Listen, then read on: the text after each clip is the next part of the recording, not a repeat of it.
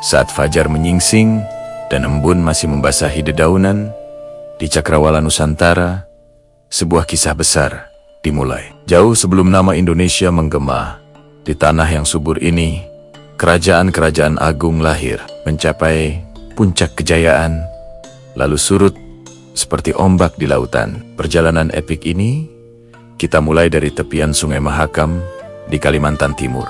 Sekitar abad keempat Masehi, disinilah kerajaan pertama yang tercatat dalam sejarah Nusantara berdiri, Kutai Martadipura. Di bawah kepemimpinan Raja Mulawarman yang bijaksana, Kutai menjadi simbol kemakmuran. Prasasti Yupa mengisahkan bagaimana sang raja menyedekahkan 20.000 ekor sapi kepada para Brahmana sebagai wujud syukur. Sungai Mahakam yang mengalir tenang menjadi saksi bisu lahirnya peradaban Hindu pertama di kepulauan ini. Sebuah titik awal dari sebuah perjalanan panjang yang akan membentuk wajah bangsa. Sementara itu, di ujung barat Pulau Jawa, sebuah kekuatan baru mulai menampakkan diri. Kerajaan Tarumanegara dipimpin oleh Raja Purnawarman yang legendaris. Namanya terukir abadi pada prasasti batu, menceritakan kejayaannya. Salah satu karyanya yang paling fenomenal adalah pembangunan saluran irigasi sepanjang 12 km. Proyek raksasa ini menghidupi sawah-sawah rakyat, memastikan lumbung padi selalu terisi. Sungai Cisadane dan Citarum menjadi urat nadi kehidupan, mengalirkan kemakmuran dan menyaksikan Tarumanegara tumbuh menjadi pusat kekuatan politik dan militer yang disegani di Jawa Barat. Namun, panggung sejarah Nusantara tak pernah sepi. Di Hawatengga pada abad ke-6, muncullah kerajaan Kalingga, atau yang dikenal sebagai Holing dalam catatan Tiongkok. Kerajaan ini dipimpin oleh seorang wanita luar biasa, Ratu Sima. Ia terkenal dengan ketegasan dan kejujurannya, yang tanpa kompromi. Hukum ditegakkan seadil-adilnya, tak peduli status sosial. Sebuah legenda bahkan menceritakan bagaimana Ratu Sima menguji kejujuran rakyatnya dengan meletakkan kantung emas di jalan, dan tak seorang pun berani menyentuhnya. Ketegasannya menjadi buah bibir hingga ke negeri seberang, dikagumi para pedagang asing yang singgah di pesisir Jawa. Di seberang lautan, di Pulau Sumatera, denyut nadi perdagangan global mulai terasa kencang. Pelabuhan-pelabuhan menjadi ramai oleh kapal-kapal dari India, Persia, dan Tiongkok yang datang untuk mencari emas dan rempah-rempah. Di tengah hiruk-pikuk ini, Kerajaan Melayu Dharmasraya muncul sebagai salah satu pusat kekuatan awal, yang kelak akan melahirkan salah satu raksasa maritim terbesar dalam sejarah Asia Tenggara. Sriwijaya. Dari abad ke-7 hingga abad ke-13, Sriwijaya adalah penguasa lautan. Kekuasaannya membentang dari Sumatera, Semenanjung Malaya, hingga ke sebagian Thailand. Selat Malaka, jalur perdagangan paling strategis di dunia, berada di bawah kendalinya. Kapal-kapal dagang dengan layar megah mengibarkan panji kebesaran Sriwijaya, menandakan supremasinya. Sriwijaya bukan hanya kuat secara militer dan ekonomi, tapi juga menjadi pusat pembelajaran Buddha yang termasyhur, menarik para biksu dan pelajar dari berbagai penjuru Asia. Namun, seperti semua kerajaan besar, masa keemasan Sriwijaya pun perlahan meredup, tergerus oleh serangan dari kerajaan Chola di India dan kekuatan baru yang bangkit di Jawa. Saat senja, Sriwijaya mulai tiba. Sebuah bintang baru bersinar terang di Pulau Jawa. Kerajaan Mataram kuno di bawah dinasti Shailendra yang beragama Buddha. Sebuah mahakarya arsitektur dunia dibangun. Candi Borobudur. Monumen batu raksasa ini adalah simbol keagungan iman dan kehebatan teknologi pada masanya. Di sisi lain, dinasti Sanjaya yang beragama Hindu juga meninggalkan jejak peradaban yang tak kalah mengagumkan, seperti Candi Prambanan yang menjulang anggun. Pulau Jawa pun berubah menjadi pusat seni, ilmu pengetahuan, dan spiritualitas. Namun, konflik internal dan bencana alam memaksa pusat kekuasaan bergeser ke timur, membuka babak baru dalam sejarah Jawa.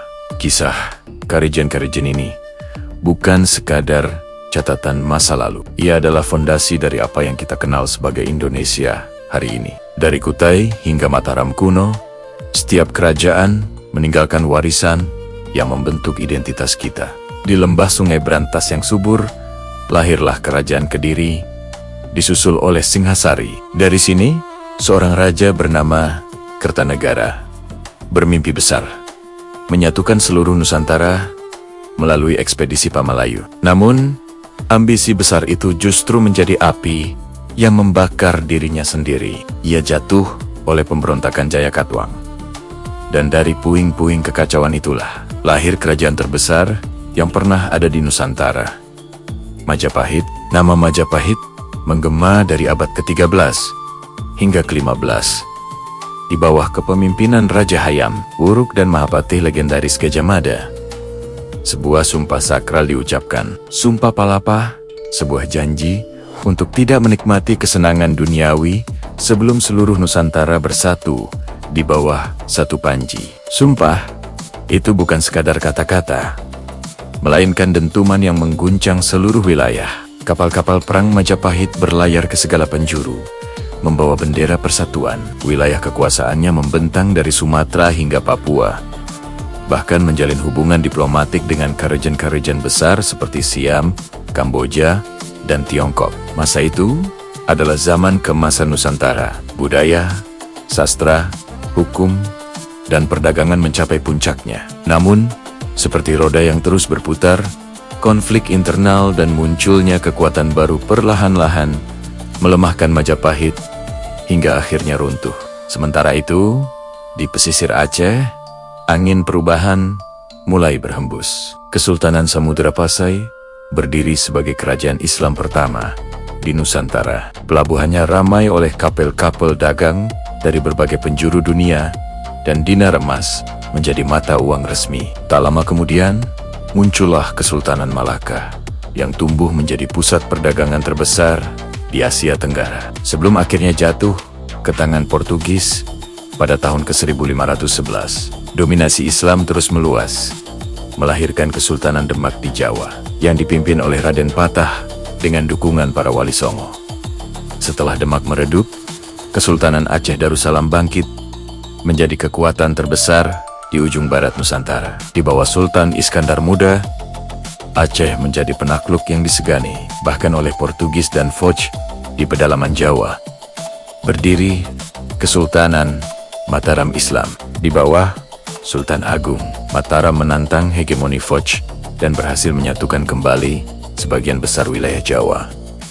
Sementara itu, di timur, Kesultanan Gotalo di Sulawesi dan Ternate Tidore di Maluku menjadi raja lautan. Rempah-rempah dari kepulauan mereka menjadi harta karun yang diperebutkan oleh bangsa-bangsa besar dunia. Pelabuhan-pelabuhan mereka dipenuhi dengan perjanjian, persaingan, dan diplomasi yang menegangkan. Namun, senja akhirnya tiba. Kerajaan-kerajaan besar ini satu persatu melemah, dan cengkeraman kolonialisme folk semakin kuat. Kejayaan masa lalu seolah berubah menjadi kenangan. Tetapi, ingatan itu tidak pernah padam. Semangat itu terus mengalir dalam darah, menghidupi jiwa bangsa yang kelak bersatu pada 17 Agustus tahun 1945 sebagai Republik Indonesia. Sebuah negara besar yang akarnya tertanam dalam peradaban